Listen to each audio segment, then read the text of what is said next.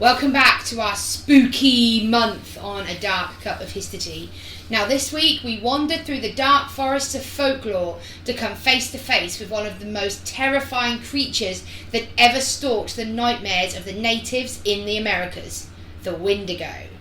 We look at the folklore and possible origins of the creature, some notable stories, and, as always, how man is always worse than monster. And in this week's Ridiculous Death, we look at why you should probably slow down when you're chewing on your bread. So grab your torches, lock your doors, and don't go outside no matter what you hear. And let's get historical. Dark. Historically dark. Darkly historical. That was my fault, that was a typo, sorry. That's fine, we just... So, this is a fascinating part of folklore that seems to play into the notion of the beast within, and a common theme in stories of shapeshifters, werefolk and skinwalkers, which I really want to talk about them at some point because they are massively creepy. We can, that's good. We'll come back to this later though. Our first introduction to these creatures came to our attention in the TV shows of Supernatural and Blood Ties, both horror fantasy shows that take elements of folklore and bring them back into the public imagination while showing that they are something to be defeated with ingenuity, courage and good old-fashioned flamethrower. But first, let's look at what it was they were fighting. The Wendigo is a creature known to the natives or First Nations people of North America, more specifically the Algonquin-speaking peoples. The word Wendigo is etymology speaking an anglicised version of the word used by the Ojibwe. Of course it is. Ojibwe tribe. Wendigo. So what exactly is a Wendigo? Well, there's no straight answer to that really. It depends on the folklore that you're being exposed to.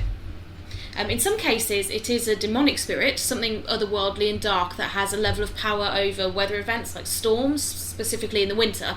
In fact, the Wendigo is believed to be more active in the winter months, which ties in with some of the characteristics of the creature, as a type of anthropomorphic representation of the darker aspects of winter, such as like famine, darkness, cold, suffering. In many cases, a situation that sadly still goes on today, the winter can mean death for some, so it's a scary time, naturally. Yeah. When angry, the Wendigo spirit could allegedly cause such extreme weather conditions as blizzards, which is perfect for the creature to hunt in unseen. In other cases, however, the Wendigo is, or was, a human that is either corrupted and possessed by the spirit of the demonic form, or that turned as a result of being forced to consume human flesh. That's gross. Does that mean Jeffrey Dahmer was technically a Wendigo? Potentially. We'll come back to that in a bit. With every life the Wendigo consumes, it grows and it changes until there's no ability to really recognise this creature as the person it once was. It becomes large, twisted, deformed, sometimes depicted with antlers because, why not? They have an incredible strength and speed and are very hard to kill. It is also believed in some cases that the Wendigo has the power to fly or become undetectable. Not strictly the same as invisible, which lends more of a supernatural aspect to what is otherwise a twisted human. Yeah, so it makes it more terrifying, and that's kind of the stuff you add, like if you're telling your kids about it at night, don't go into the dark forest because the Wendigo will get you. Oh, but it's just a person, it can be killed. Yeah, but it can fly, and you can't see it. Yeah. It just makes it worse. To become possessed by a Wendigo spirit, you have to meet certain criteria. The checklist. Yeah. So yes. So it's similar to a few other transformation monsters in folklore. You have to be what society would deem as a bad or immoral person, so someone who is greedy or materialistic or prone to gluttony. Though they will also possess those who are starving, which ties into one of the main characteristics of the Wendigo. They are hunger personified. No matter how much they hunt, they are never satisfied, and they are exceptional hunters. They have a heightened senses that they can track prey from miles away, across as often as extensive territory, and it loves to hunt. Like the Draug of Scandinavian folklore, the Wendigo delights in driving its victims to madness. They use their impressive hunting skills to stalk prey for several hours, staying only close enough to occasionally be seen and instill fear, getting closer and closer as the feeling of dread in their prey increases. With their acute senses of smell, taste and hearing, the Wendigo can pick up on the fear of their prey, causing their own anticipation to build. Which I kind of find fascinating because if they're supposed to be like a twisted form of human, that is what's called pursuit predation, and humans are pursuit predators. So it's that kind of thing of you run and you run and you run and you turn, and this thing is always constantly coming towards you. That's what humans are. Like, we don't tire easily. We will keep going until the prey exhausts. I tire easily. Yeah, you and I are more for short sprints. But you keep going until the prey tires. And that's exactly what the Wendigo does. The final thing the victim will experience before the Wendigo strikes is a howl, a blood-curdling and shrill like the winter wind around them. But there's no point in trying to run. By the time you hear that howl, it's already too late. Not only is the Wendigo a savvy hunter, it's practical too. Every predator experiences lean periods where the hunting isn't so good. If the Wendigo senses a lean period is coming, they will take the internal organs of their last prey and put them in pots that are then stored in the upper branches of trees. Or they'll take live prey and store them in a lair until it's ready to feed. That's similar to what they did in Supernatural. Yeah, it's basically like, sticking party food in the fridge, isn't it? So that's Wendigos in, like, a basic form, I guess, in like just the basics of the ins and outs of a Wendigo. Yeah, we talk a little bit more in a minute about like the main characteristics, how you can identify them. But let's talk first about the first Wendigo. Yeah. So, much like the creature itself, the story of how the first Wendigo came into being differs in its telling. One story is of a First Nation tribe who lived in the forest alongside the Ottawa River.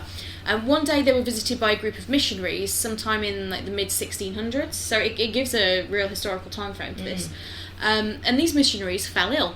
Whatever they caught made them hungry for human flesh, and the more they ate, the worse their hunger became. Oh, that's kind of gross. Don't you find it fascinating, though, like scientifically, that there are lots of species where cannibalism is a thing? And humans, yes, we do resort to cannibalism in some extreme cases. However, as far as I'm aware, and please listeners, correct me if I'm wrong, we are the only species where cannibalism drives the eater mad. You can literally, there is a disease and everything. There must be something. It must be something that we eat that changes our flesh and blood and stuff to have some sort of enzyme or hormone or vitamin in it that drives us crazy. Yeah, right the way down to like the chemicals that we use in our skincare and everything. It could be anything like that. But I just find it interesting. That is really interesting, to be fair, because animals do it all the time. Yeah, but they don't go, as far as I know, they don't go crazy. But we literally have a mental health condition / disease for it. Yeah, it's crazy. Definitely. But another story is that a hunting group got themselves lost in winter. With no real shelter and very little food, they started to starve until one of the number resorted to cannibalism, and his hunger was never satisfied again. The survival instinct is that strong, this sort of thing is not outside the realm of possibility. There are more than enough stories in history about cannibalism when people feel they have no other option. Didn't that happen in one of the... I'm going to get it wrong, but isn't it like the Scots? As in the surname? Yes, Scots that climbed the Everest. Scott expedition. Yeah. Was it Everest or was it the North Pole Scott expedition? I think it's Everest, because I'm pretty sure the Disney ride Expedition Everest is about the Scots. Oh, cool! Disney have done a ride about an expedition that ended in cannibalism. It's called Expedition Everest, and you fight a Yeti. Oh, okay. It's a really good ride. It's in Animal Kingdom. Okay. Please tell me that there isn't a restaurant next door. Because I'd be questioning the pork on that menu. I will let you know. I go in 2 weeks. I will let you know. Pretty sure there is. I think that's pretty much sure where Nomad is in Animal Kingdom. Okay, that's don't have the pork. I'm only saying that just for anyone that doesn't know, because humans apparently we taste like pork. So if anyone offers you long pork is the street name for human meat. I'd like to say that's true, because me and my friends, we went camping when we were like 17, 18, and there were some alcohol products ingested, and we were making a barbecue, and my friend left her finger on a barbecue longer than she probably would have done if she hadn't been drunk, and she put her finger in her mouth, and she said she tasted like pork. So my friend Sarah says confirmed that humans taste like pork because she left her finger too long on a barbecue. Thank you for your scientific experimentation there, Sezzies. But we had been drinking, so maybe it was... I don't know. I mean, humans taste like pork and everything else apparently tastes like chicken, apart from the chicken we taste like fish. Yeah. That's gone crazy. So, that's the stories of the first ones.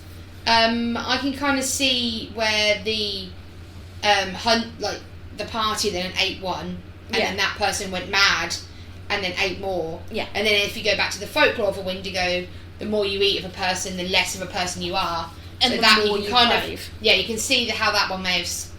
Yeah, it snowballs. That's the Pardon word. the pun, because it's winter. So how do we spot one? Well, not that you'd ever want to, because no. it would be way too late by that point.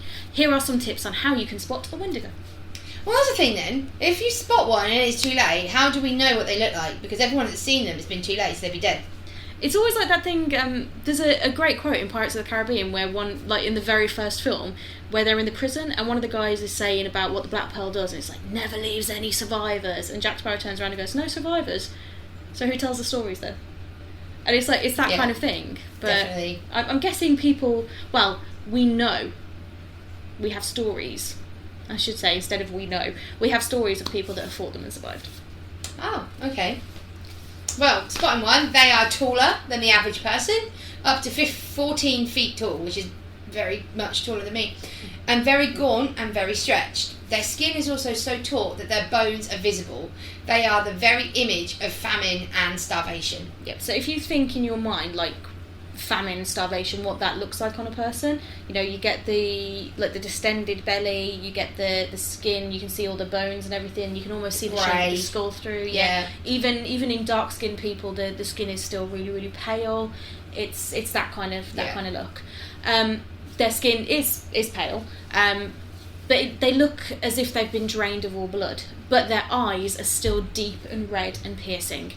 Before you see them, though, you will smell them. Oh, great. They give off a strong smell, which is like rotting flesh mingled with animalistic body odour. There's no way you'd stand downwind of one and not know it. Animalistic body odour. How do you categorise animalistic body odour? I don't know, sniff a bear's armpit. No, thank you. I'm good.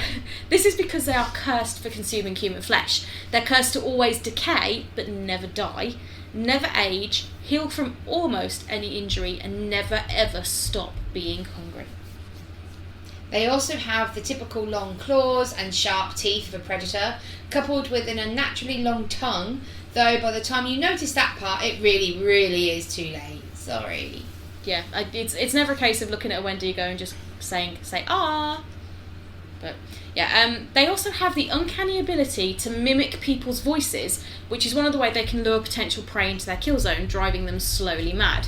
So, you know those moments where you're sitting there and you could have sworn you heard someone, like, if you and I are sitting in the room, you're like, did you say something? I'm like, no. Could be a Wendigo. Sorry, that's my Wendigo noise. That has been, what, 13 years in the making since we started watching Supernatural together, and your Wendigo impression. Yeah, we went to a Supernatural convention, and in one of the episodes... we're cool. Yeah, we are cool. And there's a perfect photo of you, me, and some knobber we used to know, standing outside a door, and I'm doing the Wendigo face and making the Wendigo noise, and you are just wetting yourself laughing. And I love that is photo. one of my favourite pictures. It's a shame that he was like in the middle, because we can't crop him out and just have us. No, we can't, but at that moment, like, in those moments, he was a fun person. The rest of the time, he was a douche nozzle. Yeah. But anyway. Moving on from him, how do we protect ourselves from a Wendigo, however it's pronounced? So, if you are visiting Canada or the Northern USA... Which I do. I visit Canada. You do? How do you protect yourself from a Wendigo? The short version is, you kind of can't. Oh, great. Helpful. Cheers. Not without great difficulty. Don't bother running inside and locking the door. They aren't like vampires. You don't have to invite them in for a Wendigo to burst the door down. They can also do the voice mimic thing and project strange odours that you, and only you, can smell. So they'll lure you out.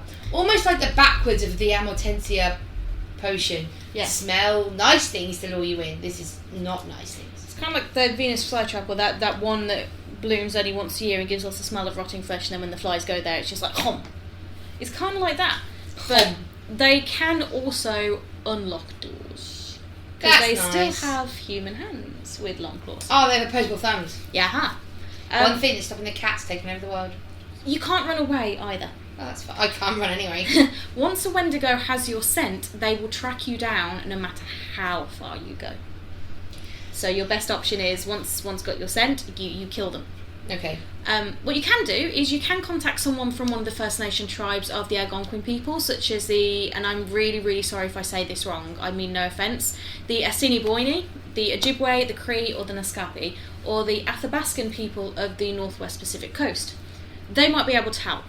Ceremonial dances were performed with certain tribes where some members dressed up as Wendigos or mimicked their supposed movements as a way to kind of mock them, and by doing so to ward off the evil spirits associated with the monstrous creatures. You can also get charms and amulets that can put them off, as they are evil beings, so protective spells and objects of certain significance can act as wards. Yeah, but warding them off is not the same as destroying them. No. Cue the Captain America turning the chair back to front, sitting down. So, you've encountered a Wendigo. What can you do to destroy it? Can you destroy it? Yes. Possibly. I'm really happy there's a Captain America bit in and you didn't let me say it. The thing is, I let you picture it because you know exactly the moment I'm talking about. Yeah, at the end of Spider-Man Homecoming. Yeah.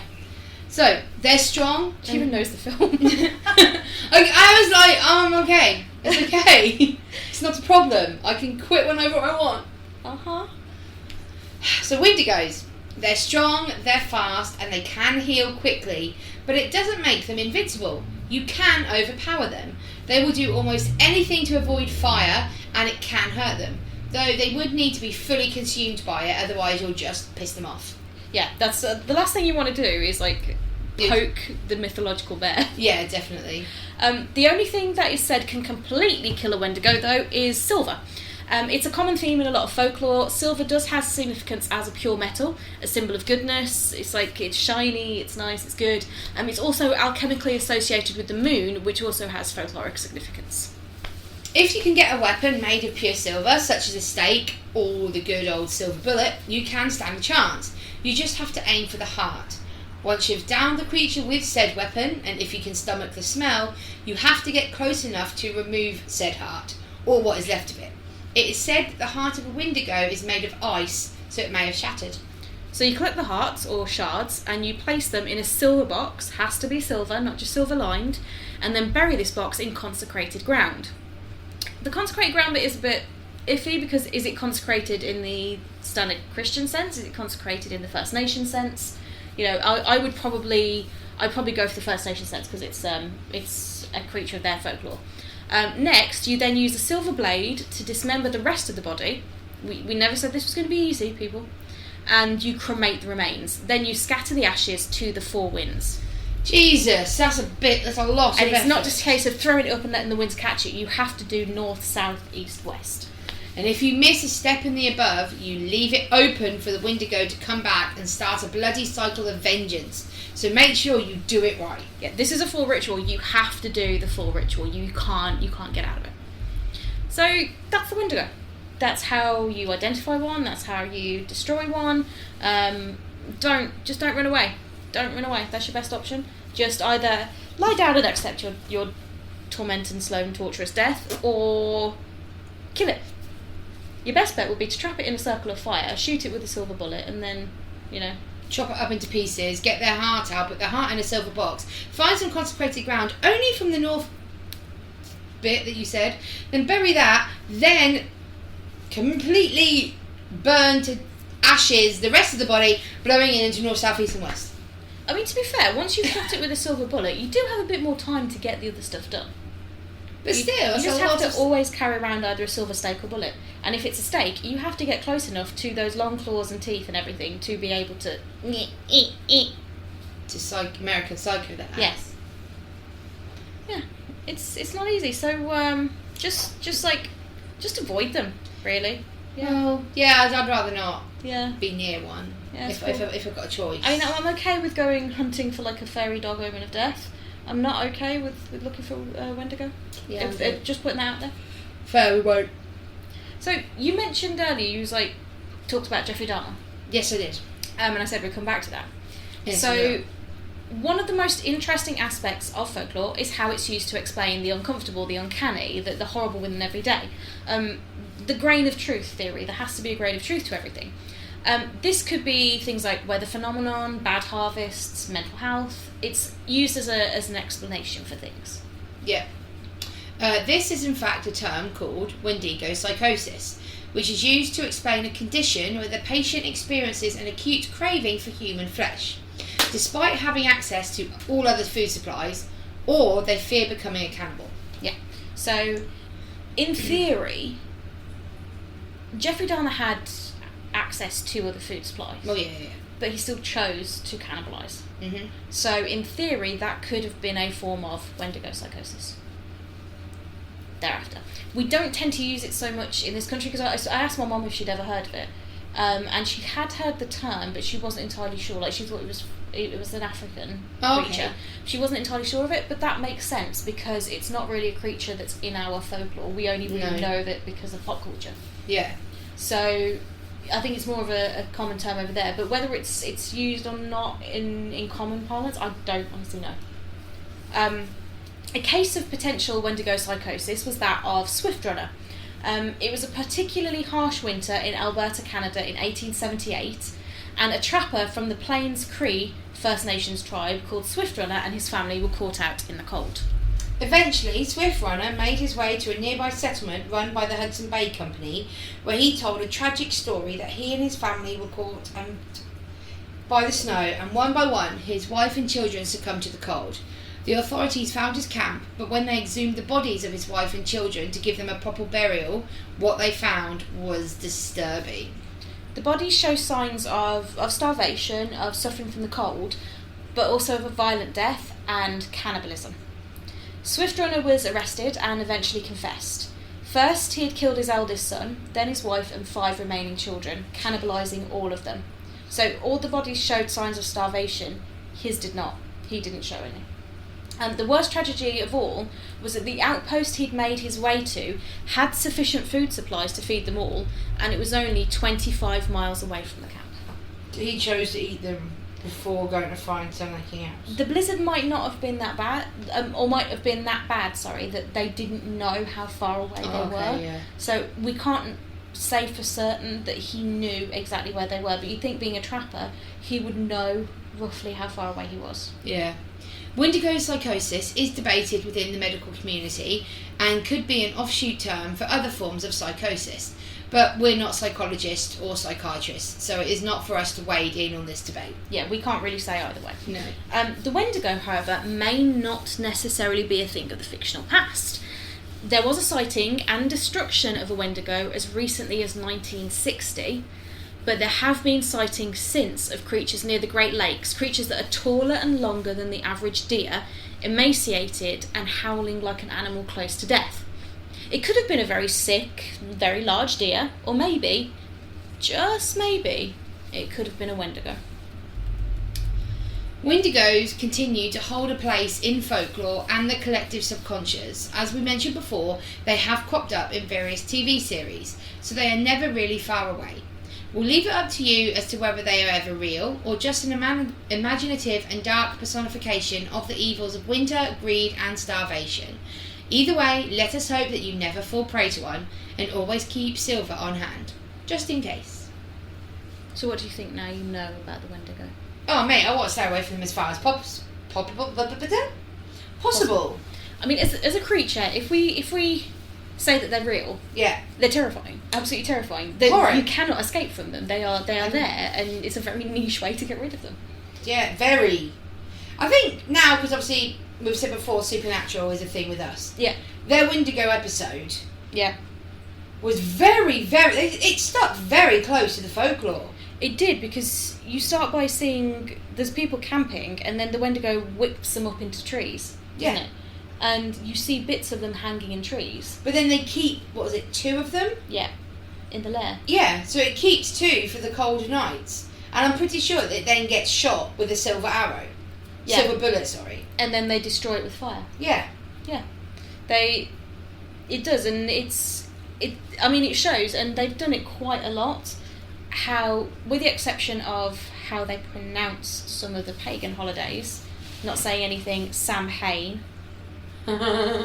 They do Supernatural, and Eric Kripke and his Yeah. team did a really, really good job with a lot of folklore. They stuck really quite close to it. Grimm was really good as well. I'm pretty sure there's a Wendigo episode in Grimm. There is in Grimm and there is in Charmed as well. Yeah, I haven't seen the Charmed one, and Grimm, I was catching up with Grimm until it came off. I think, what was it? It was on Netflix. Yeah, it came off Netflix, so I need to finish watching that. But I know there's a Wendigo, and that was really good. Yeah, they do it well, and it's. I mean, looking at some of the pictures of it, it's absolutely like the depictions of it are terrifying. Well, they you'll see really because are. we'll put them on our social media to go with this episode. Brace yourself, they're not pretty. They're not. But what I also like, if we say that it isn't real, it's an explanation. It's a really good, terrifying explanation for winter and starvation. So if you think winter, all the crops are dead. If you haven't got enough food in, you will starve. When you starve, you are constantly hungry. It's gnawing at you. You become emaciated. You become twisted. You've got the darkness all around you, the scary, the cold. The cold is never ending. The cold is constantly hungry because it steals all the warmth from you. And to have that as a personification of a giant twisted creature that's completely invulnerable, you can't defeat the winter except with fire, can you? With warmth. You can't defeat starvation. And no matter how much it eats, it's never satisfied. I think that's a really, really fascinating creature to come up with. It's also terrifying as hell. Yeah. But if you think about it, starvation in the winter and the darkness, back before we had like warm fires and blankets and everything, it would have been a really terrifying time. Yeah. So, Wendigo. Oh, We shall return with another Wendigo, when the fuck off. Yeah. We gotta know when to go. That might actually. I'll think we'll name the episode of that. We gotta know when to go. Okay, so ridiculous death. Yes, it's that time. Ridiculous Death, our regular segment that comes at the end of a podcast, where we like to discuss the hilarious and downright stupid ways people have shuttled off this mortal coil. So, Indeed. Carrie, this week, with whom, what? Yeah, don't look at the picture on my phone. That's just an advertisement, and it's really weird. It's just an animated character who's bent over looking through their own legs. I just wasn't prepared for random. that. Sorry. So what we got this week? This week, I thought I'd stick to a rough time period. So Okay. we normally have a sort of a theme. We stick them Yeah. close together. So our one this week, in honour of the origin story where you had the missionaries in the 1660s.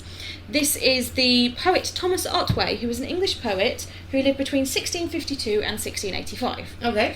He was He's- quite young then. He was only 33 when he died. Oh, our age. Bless him. Yep. And he wasn't doing too well towards the end of his life. Oh, clearly. He was really quite down on his luck. And he was staying in a place called the Bull on Tower Hill. And he left one day to go and beg for bread because he was really, really hungry, didn't have any money for himself. A passerby, realising who he was, this is Thomas Otway, the poet, he gave him a guinea to go and buy some bread. He went to a baker's shop, bought himself the bread, incredibly, incredibly hungry, starving almost, like a Wendigo, shoved the bread in his mouth, first mouthful, he choked and died. See, Alanis Morissette, now that is ironic. It's like he was absolutely starving, he went for bread, and the first loaf of bread was what killed him.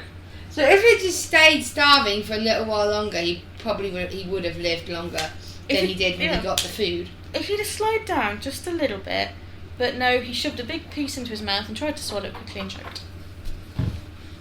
And thus ended Thomas Otway. Yeah. Not your brightest moment, Tommy. Oh, bless him. Gee, was he a good poet? I don't recall having read any of his works. I mean, if he was starving and had no money, he can't have been the best poet. But if someone recognised who he was and gave him money because they knew who he was, he must have made some sort of impact. A niche poet. He's probably one of these ones that made more of an impact posthumously. Yeah. Yeah. Probably. But, the story of his death is from Theophilus Kibber's Lives of the Poets. So it could be dramatised, but that's the story we have. I like to think that is what happened. Cool. Indeed. So we will be back, as I say, next week with more of the same, because it's spooky month and we're doing spooky episodes. Spooky! And we have some excellent specials coming next month as well, which I'm super excited about. Yeah, and if you've missed the first 2 episodes in this spooky month, we spoke about Gilles de Rais. Yep, who is the most disgusting, maybe history's first ever serial killer.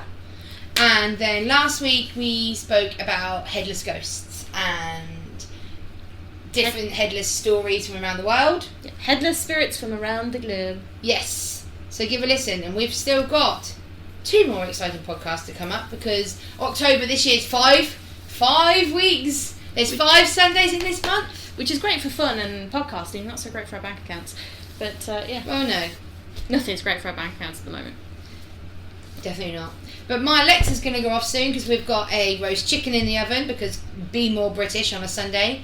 And we will speak with you next week. Stay spooky and remember, keep the doors locked.